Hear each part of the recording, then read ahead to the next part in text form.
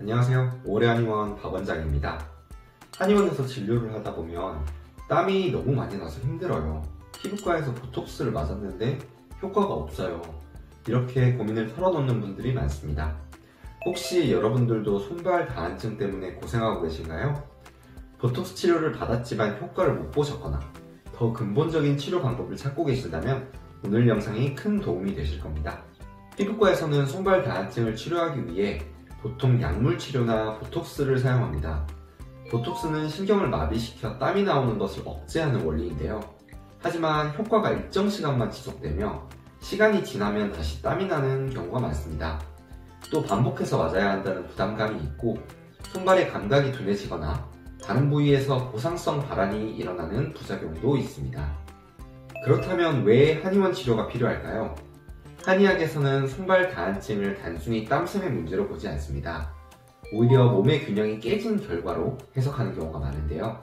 땀이 많다는 것은 몸속에 열이 많거나 기운을 제대로 순환하지 못하는 문제에서 비롯됩니다. 한약을 통해 체질을 개선하면 땀이 과도하게 나는 근본 원인을 해결할 수 있습니다. 일본에서는 많은 의사들이 한약을 병행해 사용하고 있습니다. 중국에서도 다한증 한약 치료 연구가 활발하게 이루어지고 있습니다. 이처럼 동아시아 여러 나라에서 다한증 치료에 한약이 널리 사용되는 것은 효과가 있기 때문입니다.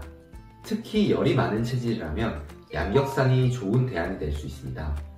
양격산은 바나, 황금, 치자, 대황, 박하 등의 한약재로 구성되어 있는데요. 이 약재들은 위장에 열을 식혀주고 열로 인해 과도하게 발생되는 땀을 조절하는 역할을 합니다. 위장의 열이 심하면 땀이 많아지는데 양격산은 이 열을 내려서 땀을 줄이는 원리입니다. 그렇다면 어떤 분들에게 양격산이 필요할까요? 다음과 같은 경우에 해당되면 고려해 볼 수 있습니다.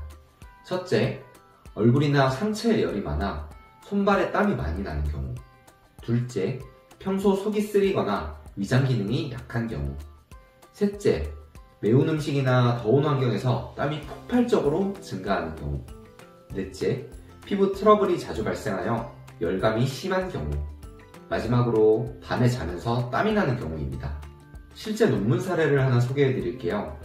19살 남성 환자분으로 5년 전부터 손바닥에 땀이 많으신 분입니다.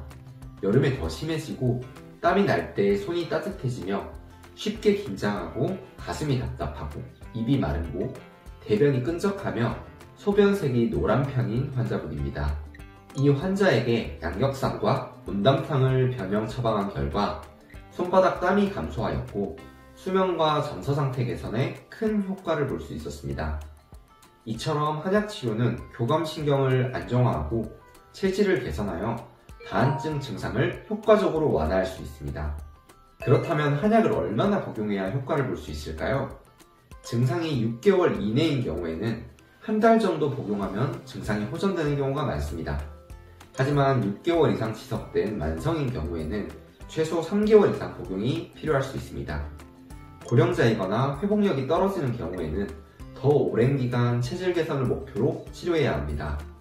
한약은 단순히 증상을 없애는 것이 아니라 몸의 균형을 조절하면서 건강한 장 기능을 만드는 과정이므로 충분한 치료 기간을 고려해야 합니다.